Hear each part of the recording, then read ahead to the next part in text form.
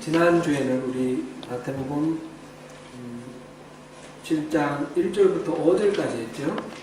순서로 따지면 오늘 6절 해야 되는데 6절을 제가 일단 조금 미뤘습니다. 너무 어려워가지고 말씀 전하기가 조금 아직 더 묵상이 필요하고 준비가 필요하다고 6절을 일단 미뤘고요. 오늘은 7절부터 11절까지 그렇게 하겠습니다. 오늘 부분도 사실은 말씀 전하는 저에게 있어서 쉽지는 않았습니다. 다음 주에는 6절하고 그 다음 주에는 12절을 할 겁니다. 그리고 그 다음 주는 13절, 14절 계속 연속해서 지금 나오는 이 내용들이 사실상 우리 마태복음을 떠오르는 복음의 중심입니다. 이게 황금률도 있고요. 핵심 중에 핵심인데 이 부분들 이제 분량은 많지 않고 하니까 우리 익히 잘 알고 있는 그런 내용이기 때문에 좀 충분히 여러분들께서도 읽으시고 묵상하시고 오시면 좋겠습니다. 산상수훈은 앞으로 오늘 빼고 5번 더 하도록 하겠습니다. 같이 말씀을 깊이 또 묵상하시면서 또 이 시간 같이 은혜 나누시면 하나님께서 주시는 그 말씀의 의미가 더욱 깊어질 거다 그렇게 생각합니다.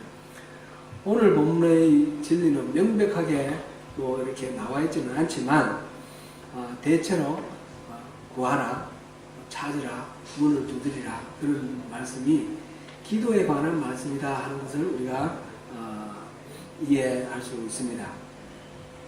주기도문을 비롯해서 기도에 대해서 계속해서 지지난주에는 먼저 그의 나라와 의를 구하라 그런 말씀도 우리 나누었고요. 계속해서 기도에 대해서 말씀을 이렇게 보고 있는데 오늘 이 말씀 다시 한번 새기면서 이때까지 우리가 함께 나누었던 그 은혜들을 정리하는 그런 시간이 되면 좋겠습니다. 오늘 본문에서 예수님은 구하라, 찾으라, 문을 두드리라 그래야 하는 이 모든 것들이 찾아지고 또 주시고 찾아지고 문이 열릴 거다 이렇게 말씀을 하셨어요. 우리가 하나님께 간구할 때 하나님은 반드시 응답하시고 이루어주신다 그런 말씀입니다. 이런 내용의 말씀은 성경에 많이 나오죠. 아주 성경에서 하나님이 약속하시기를 우리가 기도하면 하나님은 응답해 주신다. 이게 기본 메시지입니다. 야고보 1장 6절에서 8절까지 우리 말씀 한번 보겠습니다. 야고보서 1장 6절에서 8절까지 같이 읽어보겠습니다. 시작. 오직 믿음으로 구하고 조금도 의심하지 말라. 의심하는 자는 마치 바람에 밀려 요동하는 바다 물결 같으니 이런 사람은 무엇이든지 주께 얻기를 생각하지 말라. 두 마음을 품어 모든 일에 정함이 없는 자로다. 아멘. 하나님께 간구할 때는 믿고 의심하지 말라 그랬습니다. 그래야지 응답이 확실하다 그랬습니다. 하나님께 기도할 때 믿음 없이 기도하는 것은 그건 나쁜 태도입니다. 하나님을 무시하는 것이고 하나님을 능멸하는 그런 태도입니다.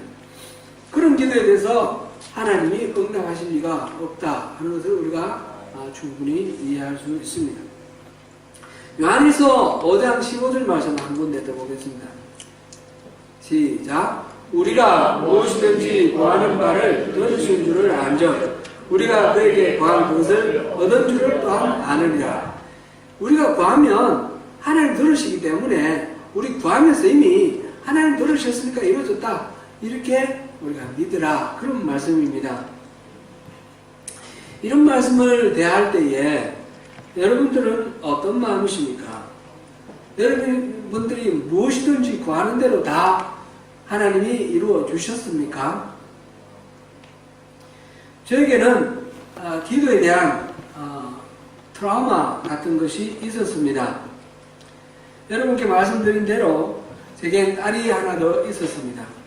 오늘을 살고 먼저 하늘나라로 갔는데 그 아이가 선천성 기형으로 태어나서 몸의 덩치는 자라지만 두뇌가 자라지 않았고 행동 발달이 전혀 이렇게 진행되지 않았습니다. 그래서 오늘을 사는 동안 늘 만 1세 미만의 그런 어린 아기로 그렇게 머물러 있었습니다. 그 아이를 키우면서 제 아내와 제가 많이 기도하였습니다. 제 아내는 기도원에 들어가서 8개월을 머물면서 거기서 결사적으로 기도를 했습니다. 하나님은 전능하시고 하나님은 전지하신데 하나님이 뜻하시면 이 아이 얼마든지 깨끗하게 고쳐주실 수 있지 않습니까?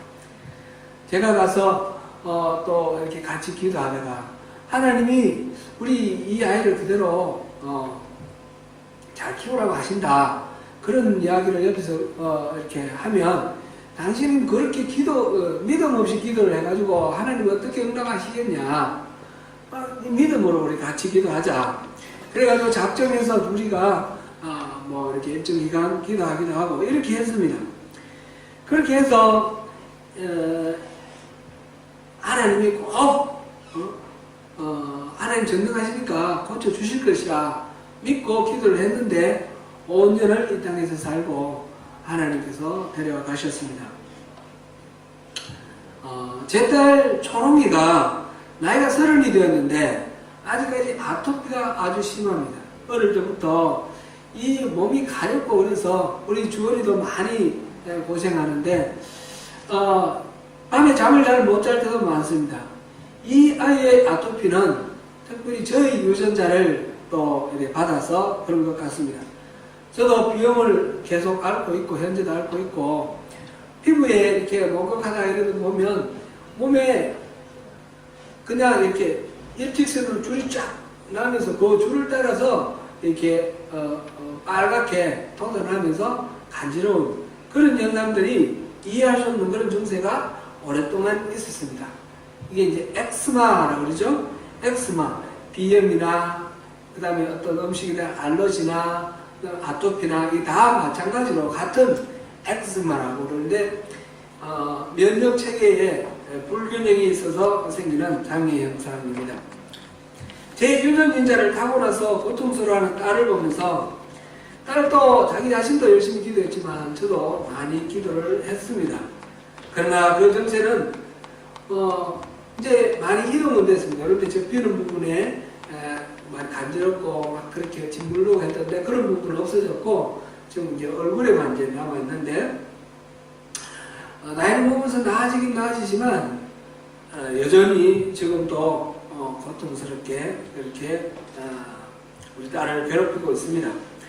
하나님은 제가 간구하는 것에 대해서 늘 제가 원하는 방식으로 제가 원하는 대로 그렇게 응답해 주시지 아니하셨습니다. 이것은 단지 저희 개인적인 경험에 국한되는 그런 일이 아닙니다. 지난 2014년 4월 달에 세월호 사건 한번 생각해 보십시오. 우리는 그 사건을 떠올리기만 해도 마음이 가슴이 조여듭니다. 그때가 사순절 마지막 주 부활절 바로 직전이었던 것으로 기억이 나는데 학생을 비롯한 한 300명이 배 안에 갇힌 채 배가 침몰했다는 그런 뉴스를 보았습니다.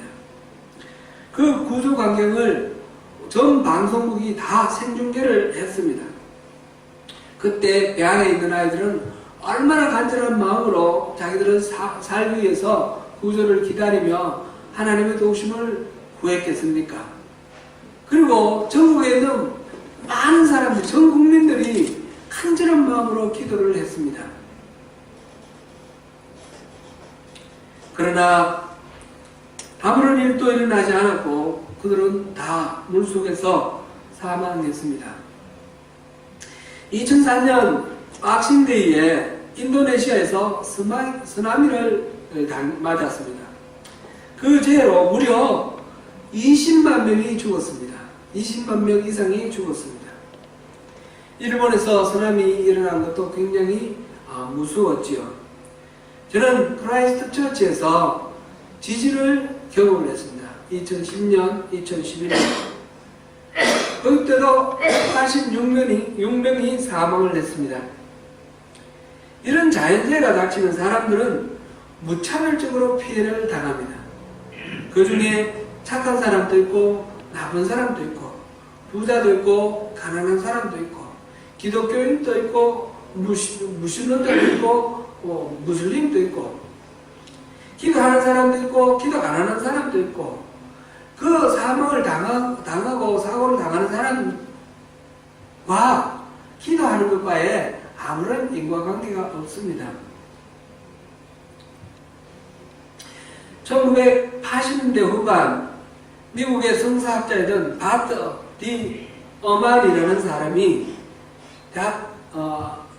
조그만 교회의 담임 목사를 하면서 대학에서 출강을 교수로 출강을 했는데 어느 해 그 강의 제목이 성경적 전통 안에서의 고통의 문제라는 그런 과목을 맡아서 수업을 준비했습니다. 이 고통의 문제, 인간사에 나타나는 수많은 고통의 문제, 이걸 성경적으로 어떻게 이해를 해야 될 것인가, 그런 주제를 가지고 수업을 준비하다가 그만 자신의 신앙을 잃어버렸습니다. 김요한 목사가 쓴 지령의 기도라는 책에 이 어만의 그 이야기가 인용되어 있는데 제가 다시 인용해서 잠깐 읽어드리겠습니다. 이 바트 디 어만이라는 사람의 이야기입니다. 나는 더 이상 종교적인 주장들과 삶의 현실들을 조화시킬 수 없다는 사실을 깨달았다. 특히 세계의 상황을 볼 때 선하고 전능하신 하나님이 존재하시는지, 그분이 이런 세상에 적극적으로 관여하여 계시는지 더 이상 설명할 수가 없었다. 이 세상을 살아가는 수많은 사람들에게 인생은 고통과 괴로움으로 점철되어 있다. 나는 선하고 친절하게 행동하기 원하는 통치자가 계시고 그가 이 세상을 책임지신다는 사실을 순순히 믿을 수 없는 지경에 이르렀다. 어만은 그렇게 무신론자가 되었습니다. 실제적인 고난의 문제를 접하면 하나님의 기도에 응답하신다는 우리의 믿음이 크게 흔들리는 것을 경험합니다. 아우슈비츠 수용소에 갇혀있던 유대인들은 그들은 하나님의 백성이라고 스스로 자위하는 사람들인데 하나님께 얼마나 간절하게 구했겠습니까? 그러나 600만 명에 이르는 사람들이 무차별적으로 살해를 당하였습니다. 오직 믿음으로 구하고 의심하지 않으면 우리가 구하는 대로 이루어집니까? 오늘 본문처럼 구하면 주시고 찾으면 찾아내고 그리고 문을 두드리면 문이 열립니까? 우리는 정답을 알고 있습니다. 우리 기독교인으로서 정답을 알고 있습니다. 기도의 응답에는 세 가지가 있다 하는 것이죠. Yes, No, Wait. 우리가 구하는 그대로 이루어지는 것을 Yes, 전혀 이루어지지 않는 것을 No, 그리고 한참 시간이 지난 후에 이루어지는 것을 Wait의 응답이다. 그렇게 우리가 알고 있습니다. 그러니까 우리의 간구에 대해 결과가 어떻든지 간에 모두 하나님의 응답이시다. 이렇게 우리가 답으로 알고 있습니다. 하나님의 응답은 우리의 간구와 꼭 일치하지 않는다는 것이죠. 여기서 우리는 다시 한번 점검을 해봐야 되겠습니다. 기도가 무엇입니까? 기도를 해도 하나님은 우리의 기도의 내용에 대해서 하나님의 방식으로, 하나님 가장 좋은 방법으로 그렇게 응답하신다고 하는데 우리가 기도하는 것은 어떤 의미를 갖는 것입니까?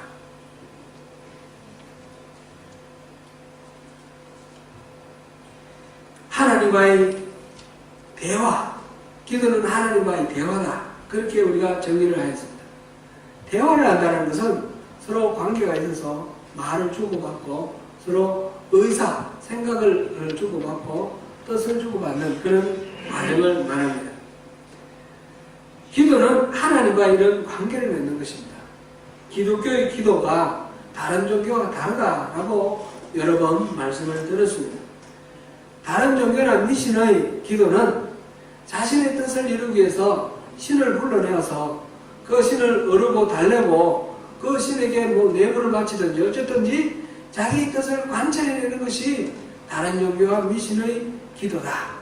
그렇게 말씀을 드렸고, 기독교의 기도, 우리 하나님을 믿는 우리 신앙인들의 기도는 그런 것이 아니라 하나님 앞에 나아가서 하나님의 뜻을 묻고 하나님이 내게 무엇을 원하시는지 알아서 하나님 뜻에 따라 살아가기로 결단하는 그런 시간이 우리 기도다. 이렇게 우리가 살펴봤습니다. 우리 기독교의 신앙은 하나님 중심이고 다른 종교와 미신의 기도는 자기 중심의 그런 것입니다. 하나님의 뜻을 구하고 그것을 이루는데 자기가 어떤 역할을 하는지 어떤 위치에 있는지 그것을 물어보는 것이 기도라는 부분은 예수님이 우리에게 가르쳐 주신 주기도문을 통해서 우리가 분명하게 확인을 했습니다. 예수님은 하나님을 아버지라 부르라 하셨고, 그리고 하나님의 이름이 거룩히 여김을 받으실 것, 하나님 나라가 이 땅에 임하실 것, 하나님 뜻이 하늘에서 마찬가지로 이 땅에서도 이루어질 것, 그것을 먼저 구하라 하셨고, 그 다음에 일용할 양식을 구하고 우리 용서를 결단을 하고 죄와 악에서 구해달라. 그렇게 해서 이 모든 것들이 다 하나님 나라를 이루어지는데 내가 거기에 어떻게 동참하느냐 하는 그런 내용입니다. 그렇게 기도하라 했습니다. 기도할 때 가장 필요한 것은 믿음이라 했습니다. 하나님 믿고 신뢰함이 없이는 사실상 기도할 수가 없습니다. 그런데 우리가 기도하는 것과 하나님의 응답이 상관이 없다 그러면 우리는 왜 어떻게 기도를 해야 되나요? 오늘 이 문제를 우리가 알아보기 위해서 오늘 본문 내용과 비슷한 내용이 있는 누가복음 11장 함께 우리가 살펴보면서 생각해 보겠습니다. 누가복음 11장 우리가 지금 다시 다 읽어볼 필요는 없고요. 1장부터 4절까지는 1절부터 4절까지는 마태복음에 나오는 주기도문과 모양은 약간 다르지만 그 주기도문 내용이다라는 것을 우리가 알 수 있습니다. 마태가 기억한 것과 누가가 기억한 것이 좀 달라서 다르게 표현되어 있지만 이게 예수님께서 가르쳐 주신 기도문이구나, 동일한 내용이구나 하는 걸 알 수 있고요. 이어서 5절에서 8절 사이에는 밤중에 손님을 맞은 벗이 찾아와서 먹을 것을 달라 하는 그런 사건을 중심으로 기도가 무엇인지 살펴보는 그런 내용이 있습니다. 그런데 그 결론으로는 벗이기 때문에가 아니라 간청함으로 인하여 일어나 주지 않겠느냐 그렇게 말했습니다. 이 부분은 우리가 통상적으로 이해하기는 계속해서 못 두드리니까 잠자지 못하기 귀찮게 하니까 귀찮아서 그냥 뭐 챙겨서 준다 이렇게 우리가 이해를 합니다. 그래서 하나님을 귀찮도록 계속해서 쪼르고 쫄라서 그렇게 기도를 하면 하나님은 반드시 들어주신다. 그런 식으로 우리가 이해를 했습니다. 강청기도의 보기로 이렇게 이해를 했는데 그게 이제 일반적인 이해이고요. 이 부분에 그 간청함으로 라는 말의 의미를 또 이렇게 살펴보면 다르게 들여다볼 그런 여지가 있습니다. 근데 그 간청함으로라는 것은 벗의 간청함으로가 아니라 그라는 것은 그 요청을 받는 사람으로 이렇게 볼 수도 있습니다. 그리고 간청함이라는 말의 그 단어는 다른 말로 하면 명예로움 이런 의미가 됩니다. 다시 말씀을 드리면 이 부분은 제가 방금 소개해드렸던 김요한의 지렁이의 기도에 나오는 그런 내용인데 김요한 목사는 이렇게 해석을 했습니다. 벗이 간청함 때문이 아니라 그 청함을 받은 사람이 자신의 명예 때문에 음식을 줄 것이다. 이렇게 해석을 했습니다. 그 근거는 그때 당시 예수님 당시에 중동 지역에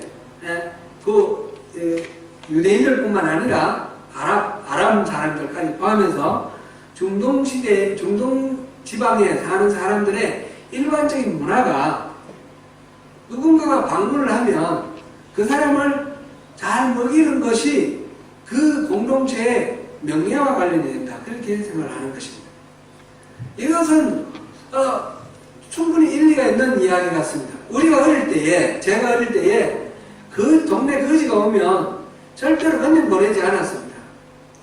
우리가 식사할 때 거지가 오면 상을 차려줬습니다. 밥을 같이 먹고 가라고. 우리는 가난한 농촌 지역에 제가 살았습니다. 우리 식량이 모자랐습니다. 그래서 늘 장미빚으로 그렇게 빚을 얻어서 식량 문제를 해결하는 가난한 집이었지만, 그러나 거지가 왔을 때에 우리 집이 가난하기 때문에 다른 집에 가시기 어려운 게 없었습니다. 식사 때에 오면 반드시 상을 차려서 줬고, 식사 때가 아니면 우리 한 대박이라도 이렇게 좀 많이 아니죠. 조금씩 그래 주고, 그래서 십시일반 이 집 저 집 저 집 이렇게 거둔 그 곡식을 가지고 그 거지가 살아갈 수 있도록 그렇게 했습니다. 거지를 그냥 돌려보내는 것은 이거는 인간의 도리가 아니다, 이렇게 생각을 했거든요. 이런 것이 이제 중동 지방의 이 1세기 당시, 예수님 당시에 그런 것은 어떤 공동체의 어떤 문화라고 그렇게 통용되는 그런 것이었다라고 이렇게 생각을 하는데 충분히 그럴 만합니다. 성경에서도 과부나 부하를 공동체가 책임지게 했습니다. 그것을 그냥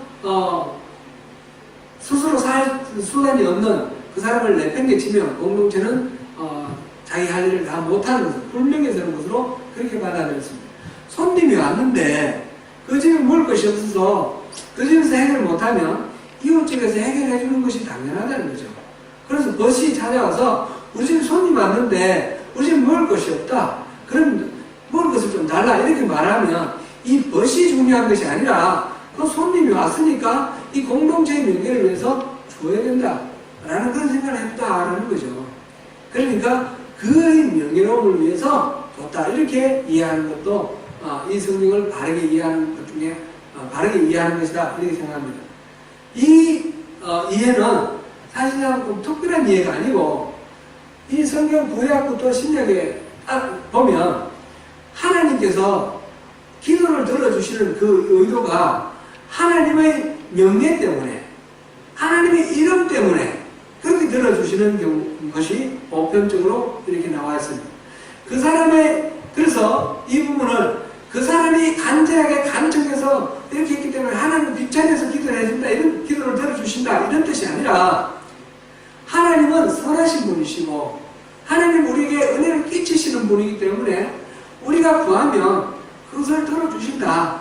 그런 의미로 지금 이 누가복음 5장 11장 5절에서 8절 사이를 그렇게 이해를 하면 기도에 대한 이해가 더 바르지 않겠느냐 하는 것입니다. 굉장히 타당성이 있는 그런 해석입니다. 기도하는 사람이 강력히 요청하면 기도 들으시는 하나님 할 수 없이 들어주는 그런 것이 아니라 기도 들어주시는 하나님이 원래 성품이 기도에 응답하시는 분이시기 때문에 하나님 자신의 이름, 하나님 자신의 명예 때문에 하나님은 기도하는 자의 기도를 들으십니다. 그러므로 기도 응답의 비결은 기도하는 사람의 열정이나 또는 열심, 끈질김 여기에 달려있는 것이 아니라 하나님의 그 성품에 달려있다라는 것입니다. 열왕기상 18장에 보면 엘리야와 이방신을 섬기는 제사장과 어느 신이 진짜 신인가 하나님인가 그 대결하는 그런 장면이 나옵니다. 바알을 섬기는 제사장 450명, 아세라를 섬기는 제사장 400명, 합쳐서 850명이 한 편이 되었고 여호와를 섬기는 엘리야가 한편이 되었습니다. 그래서 대결을 나누는데 하늘에서 응답을 하시며 불을 내리셔서 이 제물을 태우시면 그 신이 진짜 신이다. 그렇게 우리가 믿자. 이렇게 하고 대결을 했는데 이 이방신을 섬기는 이 제사장들이 잠잠히 기도하다가 난리가 안 되니까 막 뛰며 춤추며 막 그 잠든 신을 불렀습니다. 난리가 안 되니까 몸에 막 칼로 그으면서 자해를 하면서 그 신을 막 부릅니다. 간절하게 부릅니다. 그러나 아무런 일도 일어나지 않았습니다. 엘리야는 어땠습니까? 너희들 신이 잠자리라 보다 좀 더 힘차게 한번 외쳐봐라. 더 크게 부르짖으라. 그렇게 막 조롱을 하면서 그 신, 가짜 신을 섬기는 그 제사장들을 보고 있습니다. 그러다가 해질물에 가까이 왔을 때에 그 장작을 쌓아놓고 그 위에 재물을 올려놓고 그 위에 물을 붓습니다. 그냥 마른 장작에도 불 붓기가 쉽지 않을 텐데 물을 붓습니다. 그래서 사람의 힘은 할 수 없는, 신이 아니면 할 수 없는 그런 일이 일어나는 것을 보여주려고 하는 것입니다. 그리고 하나님께 기도합니다. 뭐라고 기도합니까? 하나님이 진짜 신, 여호와 당신이 진짜 하나님이라는 것을 보여주십시오. 그리고 내가 하나님을 위해서 일한다는 것을 보여주십시오. 그렇게 했더니 어떻게 됐습니까? 하늘에서 불이 내려와서 그 제물을 태웠습니다. 엘리야가 열심히 막 기도하고 열광적으로 기도해서 그런 것이 아니라 하나님이 그런 능력이 있기 때문에 그 일이 일어났던 것입니다. 우리가 기도를 할 때 기도에 대한 응답은 나의 기도가 거룩하고 열정적이고 또 40일 이렇게 열심히 공덕을 쌓아서 그 기도가 충분히 양이 충분하게 차서 그래서 응답이 있는 것이 아닙니다. 기도는 하나님이 응답해 주시는 것입니다. 여기서 우리 첫 번째로 그 부분을 우리가 알 수가 있습니다. 이어서 9절부터 13절까지가 오늘 이 본문하고 똑같은 내용입니다. 아버지가 떡을 달라고 하면, 자식이 떡을 달라고 하면 돈을 주겠느냐? 자식이, 어린 아이가 생선을 달라고 하는데 뱀을 주겠느냐? 인간이 못하는 죄인이지만 그럼에도 불구하고 자식을 위해서 좋은 것을 주지 않겠냐? 이게 오늘 우리 본문의 이야기고, 누가복음에서는 같은 내용인데 비교가 조금 다르게 나옵니다. 아들에게 아버지가 생선을 달라고 하는데 뱀을 주겠느냐? 또는 또 알을 달라는데 전갈을 주겠느냐? 그렇게 말하면서 사람도 자식에게 좋은 것을 줄 줄 아는데 하물며 하나님께서 성령을 주시지 않겠느냐? 그렇게 말해요. 여기에 기록되어 있습니다. 오늘 마태복음에서는 좋은 것으로 응답하신다라고 말했고, 누가복음에서는 성령으로 주신다라고 응답하시는 것으로 그렇게 말하고 있습니다. 여기서 우리가 기도하는 대상인 하나님 아버지는 참으로 선하신 분이고 우리 인간과는 비교할 수 없는 그런 분이시기 때문에 우리가 구할 때에 응답을 하시기 마련이다 라고 하는 것을 강조하고 있는 것입니다.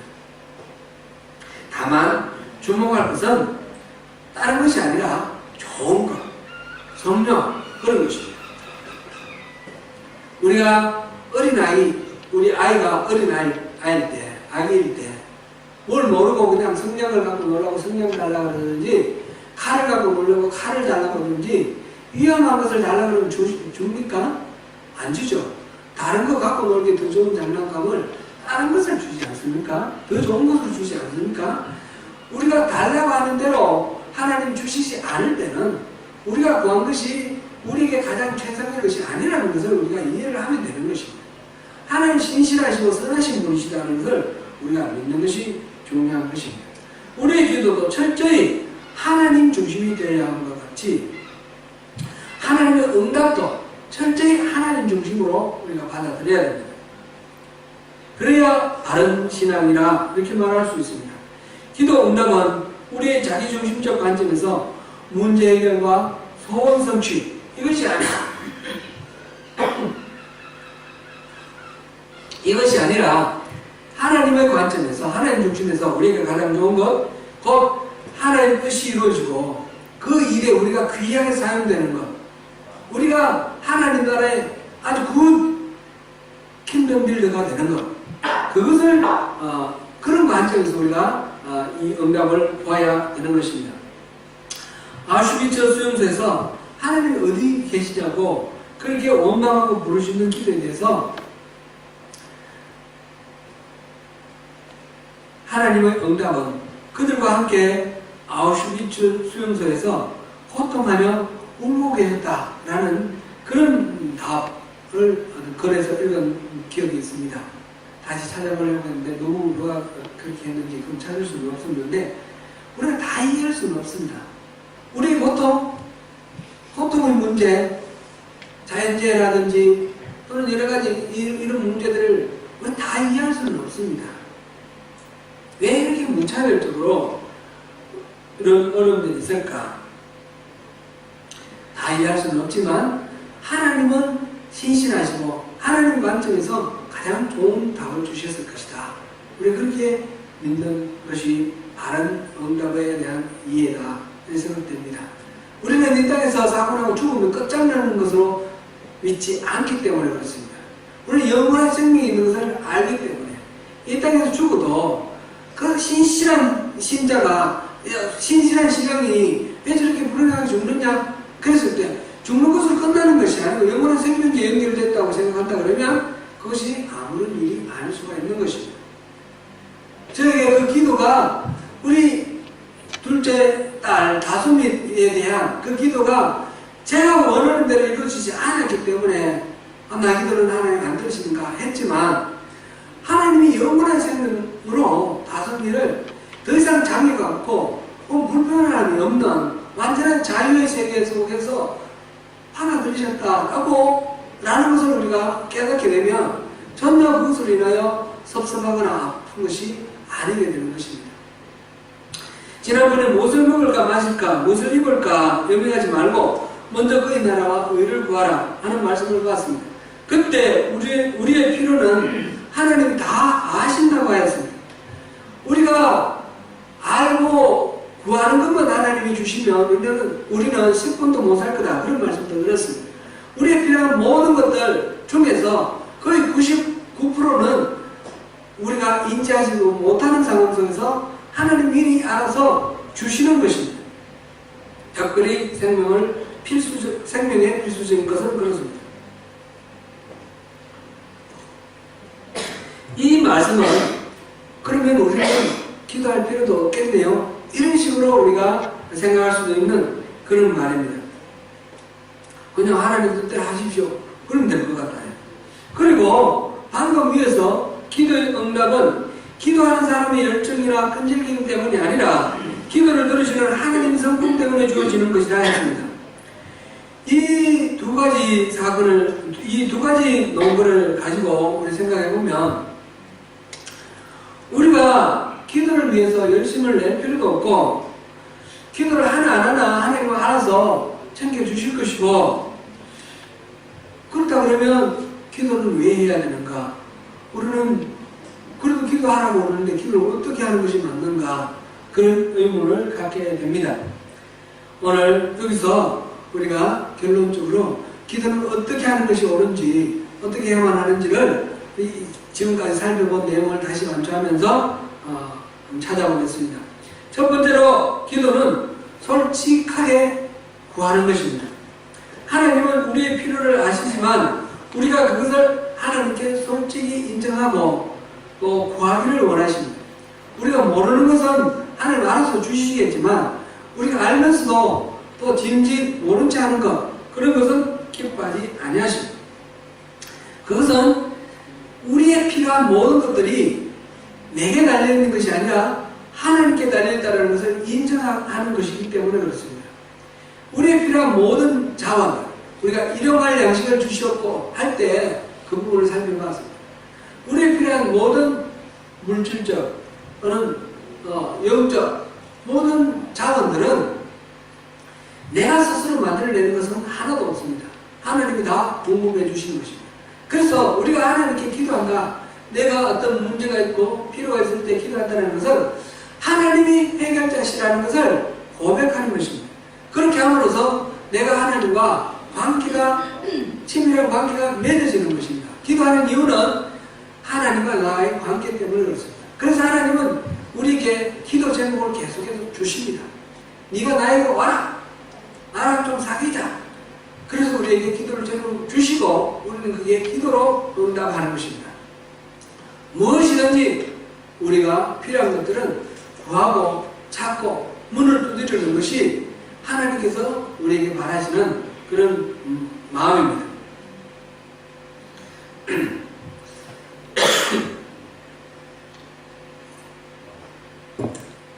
에덴 동산에 선악을 알게 하는 나무의 그 나무를 심어 놓으셨습니다. 그리고 아담과 하와에게 이 나무의 실과는 절대로 먹지 마라 그랬는데 그 아담과 하와가 그것을 따먹고 하나님을 배반해요. 그래서 실밥은 나무를 잃어버리는 죄의 문제가 일어났습니다. 그랬을 때 우리가 생각하면 그 선악을 알게 하는 나무를 안 만들어 놓으셨으면 될 거 아닙니까? 이런 식으로 우리가 생각을 하는데 선악을 알게 하는 그 나무 왜 거기 있었습니까? 아담은 하나님이 모든 것을 공급해 주셨습니다. 그리고 모든 자연을 다스릴 수 있는 그런 통치 권한을 가졌습니다. 뭐든지 이름을 붙이는 대로 그대로 되었습니다. 이게 나무가 무슨 나무다 이름 지으면 그대로 되고 동물도 무슨 나무 무슨 동물이다 이름 지으면 이름 짓는 대로 다 그대로 됐습니다. 그리고 아담이 말하는 대로 이 세상의 모든 것들이 다스려졌습니다. 아담은 자기가 창조주가 아닌가 하나님 아닌가 착각할 그런 위험이 있었습니다. 하나님께서 동산 한가운데 선악을 알게 하는 나무의 실과를 두시고 이것을 따먹지 마라 말씀하셨습니다. 이것을 먹으면 정령 죽으리라. 아담은 그 나무를 볼 때마다 자기가 피조물인 것을 알았습니다. 그 나무를 안 보고 자기가 왕인 줄 생각했다가 내가 참 왕이 아니지. 내가 피조물이지. 하나님이 창조주시지. 하나님이 왕이시지. 그것을 알았습니다. 하나님께서 우리에게 무엇이든지 구하라라는 말씀도 마찬가지입니다. 그렇게 하나님과 우리의 관계, 친밀한 관계, 우리는 피조물, 하나님 창조주를 하시는 것을, 라는 것을 우리가 인식을 하도록 하는 그런 것입니다. 그래서 우리는 기도는 하나님과의 관계를 위한 것이다. 반드시 무엇이든지 우리가 구하라는 것입니다. 솔직하게 아닌 척 하지 말고 거룩한 척 하지 말고 있는 그대로 구하라는 것입니다. 두 번째요, 우리가 생각할 것은 구할 때는 믿음을 가지고 구하라는 것입니다. 이 믿음이라는 말을 우리가 앞에서 우리가 인용한 그 구절을 통해서 믿음 없이 구하는 것은 요동하는 파도와 같다 그랬는데 그 믿음은 내가 원하는 대로 반드시 이루어진다 라는 그런 식의 믿음인가? 성경에 나오는 믿음이라는 말이 그런 뜻인가? 하는 것을 점검해 볼 필요가 있습니다. 믿음은 우리가 여러 번 살펴봤습니다. 믿음은 지적 동의가 아니라 그렇습니다. 하나님이 살아계시다. 하나님이 이 땅의 주인이시다. 그것은 귀신도 아는 겁니다. 귀신도 알지만 그것은 아무런 의미가 그런 걸 귀신이 하나님 믿는다 그렇게 말하지 않습니다. 예수님이 어디 나셨는가 물었을 때 헤로드 왕에게 그 서기관과 바리새인들이 베들레헴에서 날 것이다 라고 지식으로 알았고 그렇게 왕에게 보고를 했습니다. 그럴 거라고 자기들도 믿었다는 말이겠죠? 생각했다는 말이겠죠? 그러나 아무도 예수님을 경배하지 않았습니다. 그 말은 머리로는 그렇게 알았지만 실제로는 그렇게 믿지 않았다는 것을 우리가 볼 수 있습니다. 믿음은 지적 동의가 아닙니다. 또 믿음은 자기 확신이 아닙니다. 믿습니다 그러면 이루어지는 것, 그런 것이 믿음이 아니라는 거죠. 내가 얼마나 열심히 그렇게 확신하느냐에 달려있는 것이 믿음이 아니라는 것입니다. 믿음은 하나님을 신뢰하는 것입니다. 하나님과의 바른 관계 속에서 하나님을 신뢰해서 내 인생을 거는 것입니다. 참된 믿음을, 내 인생을 하나님께 걸기 위해서는 하나님에 대해서 바른 이해가 필요합니다. 하나님을 바로 알아야 됩니다. 바른 지식이 필요합니다. 우리가 삼위일체 하나님의 그 존재와 구원 사역을 온전히 신뢰하게 될 때 그 믿음은 우리로 하여금 성자 예수님을 우리가 받아들이고 영접하고 내 안에 성자 예수님을 받아들이고 내가 예수님 안에 들어가는 연합을 이루게 됩니다. 그래서 저 믿음이라는 것은 우리를 예수님과 연합시키는 것입니다. 주님과 우리가 연합해서 기도하게 될 때, 그럴 때에 우리는 예수님의 공로 때문에, 나의 공로 때문에 아니라 나로서는 하나님 앞에 갈 수가 없는데 예수님 때문에 내 죄를 가려주시고 나를 변호해 주시는 그 예수님 때문에 하나님의 보좌 앞에 담대히 나가서 하나님께 아버지를 부르면서 그렇게 우리가 기도할 수 있게 되는 것입니다.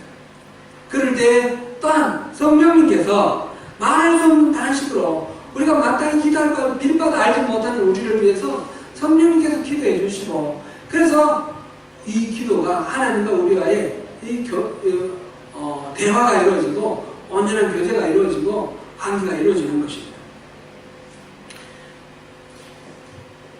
요한일서 말씀 아까 5장 15절을 읽었는데 14절부터 15절까지 다시 읽어보겠습니다. 14절부터 15절까지 시작. 그를 향하여 우리가 가진 바 담대함이 이것이니 그의 뜻대로 무엇을 구하면 들으시리라. 우리가 무엇이든지 구하는 바를 들으시는 줄을 안적. 우리가 그에게 구하는 것을 아멘. 우리가 구하는 대로 다 이루어진다는 것은 사실상 그 이전에 전제가 있습니다. 그의 뜻대로 무엇을 구하든지 그것이 이루어진다. 우리가 구하는 것이 나의 욕망과 나의 탐심을 위해서 구하는 것이 아니라 주님의 뜻대로 구할 때에 당연히 주님은 주님의 뜻대로 모든 것들을 이루어 가시는 것입니다. 기도가 이렇게 주님을 온전히 알게 되고 삼위일체 하나님과 연합될 때에, 그럴 때 우리 기도는 하나님의 그 소원을 우리의 소원을 삼는 그런 기도가 될 것입니다. 이 말은 믿음이 어느 정도 수준이어서 우리가 하나님과 완전히 연합되어야만 그때 기도하라 이런 뜻으로 우리가 이해할 필요는 없습니다. 그런 뜻은 아닙니다. 겨자씨만한 그런 믿음이 있어도 그게 생명이 있습니다. 우리가 믿는 만큼, 우리 속에 믿음이 있는 만큼, 하나님의 이해하는 만큼, 하나님을 경험한 만큼, 내 믿음 만큼 그렇게 구하면 그만큼 하나님이 또 알아서 응답해 주시는 것입니다. 믿음의 초보자의 기도는 거기에 맞게 초보적으로 응답하시고, 성숙된 신앙의 인의 기도에는 성숙된 응답을 하시는 분이 우리 하나님이십니다. 세 번째로는 구할 때에 자기를 부인하며 구해야 합니다. 믿음이 하나님을 신뢰하는 것이라는 말은 반대로 자신을 부인하는 것을 말하는 것입니다. 자기 신뢰를 내려놓는 것입니다. 자기 부인이라는 말은 비굴해지거나 자기를 무가치한 존재로 내팽개치라 그렇게 말씀하시는 것은 아닙니다. 우리 내면에 거짓된 자아가 있습니다. 죄의 본성이 있습니다. 성령의 소욕대로 살려고 하는 마음과 육신의 소욕대로 살려고 하는 마음이 서로 싸우고 있습니다. 그런데 이 육신의 소욕대로 하려고 하는 이 죄된 본성, 이거를 부인하라는 것이죠. 스스로 높아지고 스스로 존중받고 스스로 하나님 되려고 하는 이 죄의 본성을 가진 거짓된 자, 이것을 부인을 하라는 그런 말씀입니다. 그리고 하나님을 신뢰하면 우리의 기도가, 우리가 지난번에 우리가 본 대로 먼저 그의 나라와 그의 의를 구하라. 그래야만 이 모든 것이 더하시리라. 이 모든 것을 더하시리라 하시는 그 말씀대로 우리가 하나님 의와 하나님 나라를 구하게 되고 하나님께서는 우리 필요를 충족시켜 주실 것입니다. 그럴 때 주님이 기뻐하시는 것을 나도 기뻐하고, 주님이 싫어하시는 것을 나도 싫어하고, 주님이 마음속에 품고 계신 그 소원을 우리 안에 심어주셔서 주님의 소원과 우리 소원이 일치하게 되고, 우리가 구하는 것을 주님께서는 무엇이든지 다 들어주시는 그런 기도의 응답을 우리가 경험하게 될 것입니다. 예수님께서 겟세마네 기도에서 마지막에 이렇게 말했습니다.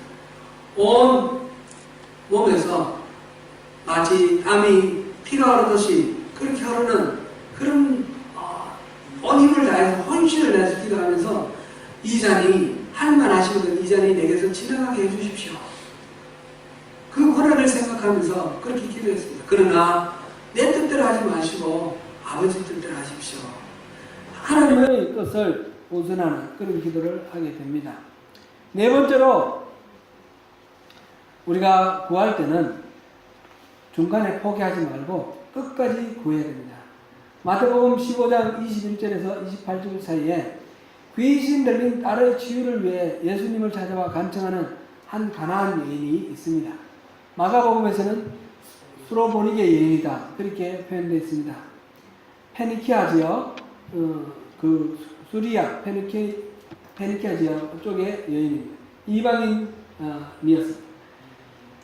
딸이 귀신 들려서 예수님께 큰 소리로 부르짖으며 우리 딸을 고쳐달라고 그랬을 때에 제자들도 바람맞고 예수님도 시큰둥하십니다. 그러면서 예수님도 자녀의 떡을 취하여 개들에게 던지니 마땅하지 않다. 그런 말씀까지 하십니다. 심한 말씀입니다. 개라니요. 그런데 이 여인이 어떻게 반응했습니까? 올 수 있다마는 개들도 제 주인의 그 떡상에서 떨어지는 부스러기를 먹습니다. 나는 이방인이고 내가 개 같은 존재지만 그러나 당신의 은혜, 우리 주님의 은혜 나에게까지 좀 떡부스러기 같은 거라도 좀 내려달라고 그렇게 요청하는 것입니다. 이 여인의 반응, 이 반응을 보고 예수님께서 크게 기뻐하시며 칭찬하십니다. 여자여 내 믿음이 크도다. 내 소원대로 되리라. 기도는 하나님과의 대화라고 하였습니다. 내가 일방적으로 독백하는 것이 아니라 하나님의 말씀을 듣고 다시 반응하는 것입니다. 어떤 믿음이 큰 믿음입니까? 하나님의 반응에 하나님을 신뢰함으로 반응하는 것입니다. 내 생각, 내 판단을 내려놓고 신실한 하나님을 믿는 것이 믿음입니다. 그런 것이 큰 믿음입니다. 때로는 거절하시고 때로는 외면하시고 하나님에 대한 신뢰를 거두지 않고 하나님을 끝까지 믿고 의지할 때에 큰 믿음이다 인정을 받을 것입니다. 전에 크라이스트처치에 있을 때 한 집사님이 보이스피싱을 당했습니다. 잠깐 방심하고 이 스마트폰으로 뱅크 그걸 하는데 순간적으로 이게 타치를 했는데 보이스피싱으로 수만 달러가 날아갔습니다. 그때는 지진이 일어나고 또 복잡하고 어려움이 많을 때였는데 엎친 데 덮친 그런 사건이죠. 그 상황 속에서 그 집사님이 이렇게 말씀하셨습니다. 이럴 때에 기도할 수 있는 하나님이 있다는 것이 얼마나 다행이죠. 나는 행복합니다. 그렇게 말했습니다. 사랑하는 성도 여러분, 구하면 주시고 찾으면 찾게 하시고 문을 두드리면 문을 열어주시겠다고 하시는 하나님께서 구하는 자식에게 좋은 것 성령으로 주시겠다고 하시는 그 하나님께서 지금도 우리에게 기도를 하라고 요청하십니다. 나에게로 나오라, 기도하라, 나랑 좀 사귀자. 오직 주님을 더욱 깊이 알고 주님을 더욱 사랑하며 먼저 주님의 나라와 그 의를 구하시는 그런 기도 가운데서 주님의 소원을 이루어 드리고자 하는 우리의 소원도 다 이루는 저와 여러분이 되시기를 축원합니다. 기도하겠습니다.